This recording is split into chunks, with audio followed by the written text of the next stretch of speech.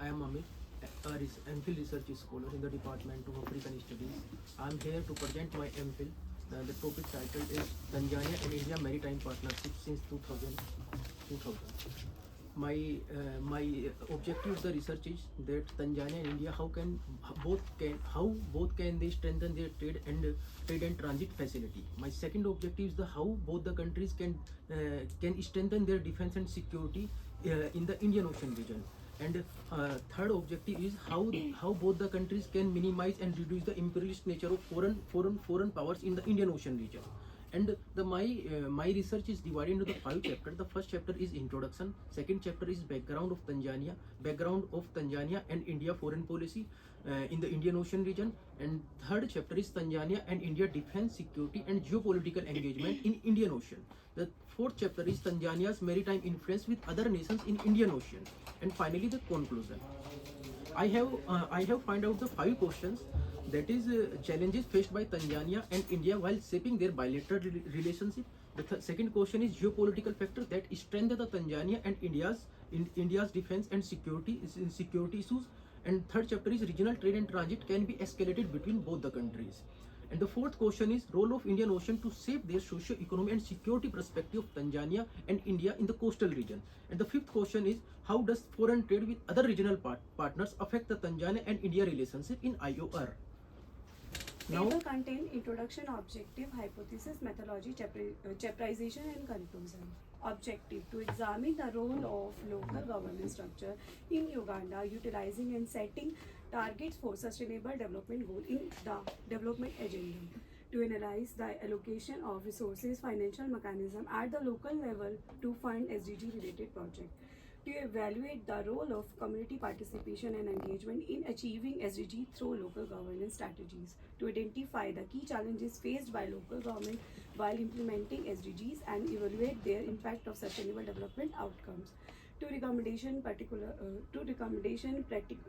practically strategies and policies adjustment that can enhance the alignment of local governance with SDG contributed towards successful attainment of sustainable development goals.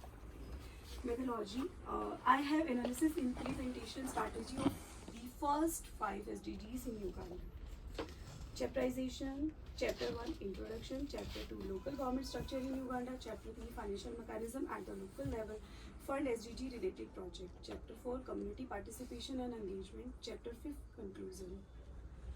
Chapter 1 Introduction. Sustainable Development Goal. As if by miracle, during the period of 69th session of United Nations General Assembly, the UN member states finally agree on the importance of SDG 17 of them. The convergence of analysis of solution of diagnosis and prescription is a landmark in the history of mankind. ये वहाँ के जो president हैं मुसेविनी उनके coat हैं जब उनके पास UN की असेंबली की जब वो फर्स्ट मीटिंग में ही उन्होंने कह दिया था कि हमने किस तरीके से एसडीजी गोल्स को इम्प्लीमेंट करना है। एसडीजी रोड मैप 1992 से ये स्टार्ट हुआ था, 2002, 2012 एंड 2015 में ये कंप्लीट हो गया था, जिसमें कहा गया था कि new era of national SDG advisory body for SDG transformation. The SDG which were adopted in 2015 were Uganda held presidency of UN General Assembly. Uganda has been at the forefront of SDG. Government has since then implemented inclusive process to ensure that 2030 agenda is owned by the people, starting with National Coordination Agreement. Institutional delivery on the SDGs is guided by the multi-stakeholder methodology. I have analysis implementation strategy of the first 5 SDGs in Uganda. Chapterization: Chapter 1 Introduction, Chapter 2 Local Government Structure in Uganda, Chapter 3 Financial Mechanism at the local level, Fund SDG related project, Chapter 4 Community Participation and Engagement, Chapter 5 Conclusion. You have put so many information that is really eye-opener for me. But the one question from my side, do you think with this score and this SDG that the policy in Uganda through the SDG is successful or not? Yes, sir. So the score is 141 like 166 and the second is अगर हम 141 upon 166, and these are my suggestions. And the second thing that you know basically you portray very well, But what I think that this is the one-sided. That means the government plan, government plan, government plan, and you take government plans and answer from their own data. I know that you are in M.Phil, so this is good. But basically, what these are the government plans. These are the event reports. You have gone through the maximum of the event reports. Okay, so already data was there, and you took the data and confined you to the data. Okay, but for the further research or further thing, at least we have to go for the beyond the event data, like civil, the involvement of the civil society, some newspapers articles, some serious research from different academician, because I think Uganda having so many good universities, so you can incorporate all those idea in threat or in the suggestions, because as a research we are not only promoting the government ideas. At least we saw, then why, if everything is very good, then why the SDG index is 141 upon 166. So these are my suggestions. Okay, good afternoon everyone. Good afternoon, sir. My name is Limi Saikia. I have done my M.Phil dissertation under Professor Yaringam sir, and my topic is Unveiling Gender Dynamics, Assessing the Arab Spring in Context of Egypt. So my study is basically about to explore the impact of Arab Spring on gender relation and how women face the challenges and scenes during the transformative period. So main basic purpose of my study is that. So I have made my PPT very comprehensive way, in very short way. The layout of my presentation is about this 6 part only. General overview, where I'll just talk about the background and context of Arab Spring, then objective, hypothesis, research methodology, chapter details, and findings and conclusion lastly. So firstly, introduction, background and context of Arab Spring. I'll just briefly talk about it. What is the background? So Arab Spring is basically pro-democracy uprising, protest, and demonstration that swept across the Middle Eastern and North African countries in the early 2010. It started. First, it started in Tunisia after a vendor guy committed suicide. So after that, the Arab Spring expanded to the other part, that Middle Eastern and North African region. The main causes behind the emergence of Arab Spring was the authoritarian regime, military leadership, and the political corruption that was going in the particular different countries. So, and also the economic factors plays a huge role for the demonstration of Arab Spring at that period of time. That lack of unemployment, the frustration that was going on among the youth against police, police structure that was strict against citizens. So these were the main root cause behind the emergence of Arab Spring. So this is the basic background that I just want to give, and I'm skipping the background and context of Arab Spring here only. So gender status in Africa, it's very difficult to comprehend in a very short way to talk about the gender status in Africa, because it's varied country to country. The local context varied for various region, but I have seen a universal phenomena that works in context of Africa in respect of gender status. That is that the culture and religious factor that plays a huge role for the disadvantage of women in Africa. It's an universal in character.